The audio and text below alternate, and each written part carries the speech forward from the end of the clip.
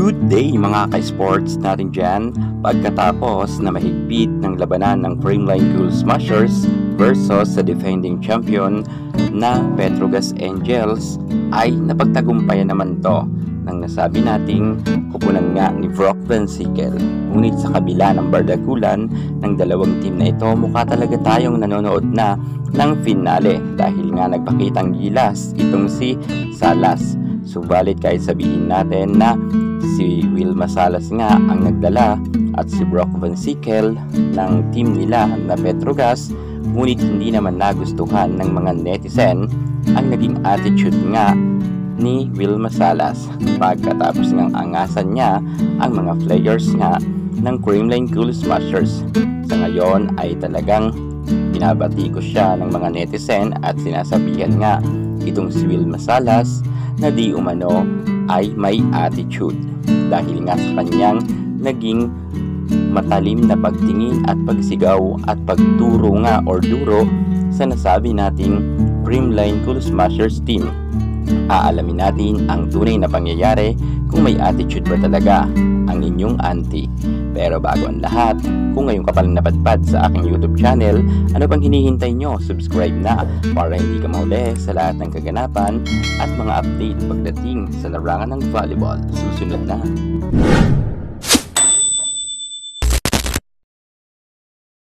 Naging mainit nga ang laban ng Petrogas Angels versus Creamline Cool Smashers kung saan inabot nga to ng 5th set, kung saan nakakuha naman ng dalawang set agad ang Petrogas Angels sa score na 25 at 23, 25 at 19, at pagkatapos naman sa 3rd set at 4th set nakuha naman to ng Creamline Cool Smashers sa score na 25 at 20 naman sa Petrogas, 25 at 23. Gitgitan nga ang laban ng Angels at ng Petrogas, ngunit pagdating nga sa 5th set nakuha naman ito ng team nga ni Brock Van Sickle sa score na 15 at 12 ang nakuha nga ng Creamline Cool Smashers. Defending champion na Petrogas Angels hindi nga nagpakabog sa team ni Michelle Gumabaw kung saan nga pinatiklop nga nila ang CCS, at syempre tinagurian naman player of the game itong si Wilma Salas kung saan nakakuha nga siya ng 34 points,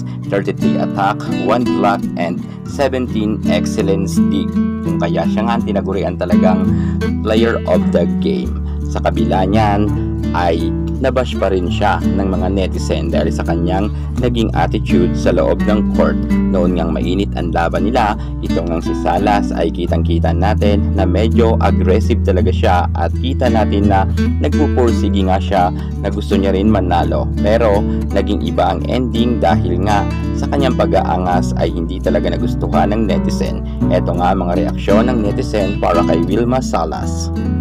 Grabe itong negrang ito, pasalamat kayo nanalo at wala mga good player namin, yabang. Inaano kaya siya? Ba't luluwal na mata niya sa galit?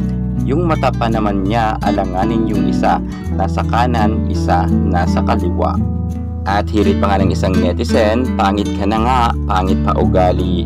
Oy, di naman maganda ako ha, pangit man din ako, pero di naman ganyan ugali ko. Yan naman ang kanyang sabi. Bagay nga si Salas sa Petrogas, ganyan din ng nakaraan conference. Huwag na magtaka pag may nag-dirty finger, sana hindi pinapayagan ang ganyan. Dapat raw isuspinde si Salas kasi harap-harapan siyang nagagalit kay Kyle Negrito. Yan naman ang reaksyon ng isang netizen. So ayan na nga mga ka-sports natin dyan. Nakita naman natin itong si Wilma Salas kung paano nga talaga dumilat kanina sa isang videos at talagang napaharap pa siya kay Kyle Negrito at napaturo pa at namuti talaga ang kanyang mata sa pagtingin nga at pagtitig nga sa Creamline Cool Smashers players, at kitang-kita natin ang reaksyon nga ni Wilma Salas. At dahil dyan hindi talaga siya papalampasin ng napakaraming ang mga fans ng Creamline, at ngayon ay dinudumog na nga siya at inuulan na nga siya ng mga negative na reaction. Ano naman ang masasabi nyo kay Wilma Salas, or baka nadala lang siya sa games dahil nga gitgitan nga ang kanilang laban Kung kaya lang siguro napareact ng ganito si Wilma Salas. Minsan kasi hindi talaga natin malalaman na kung ano ang ating ginagawa kapag nasa sitwasyon ka na nagipit. Ano sa tingin nyo ang naging attitude ni Wilma Salas? Tama ba ito? Comment naman kayo sa baba. Yan muna ang pinaka-latest natin sa mundo ng volleyball. At para hindi ka mahuli sa lahat ng issue pagdating sa larangan ng volleyball, subscribe na. Thank you so much. God bless.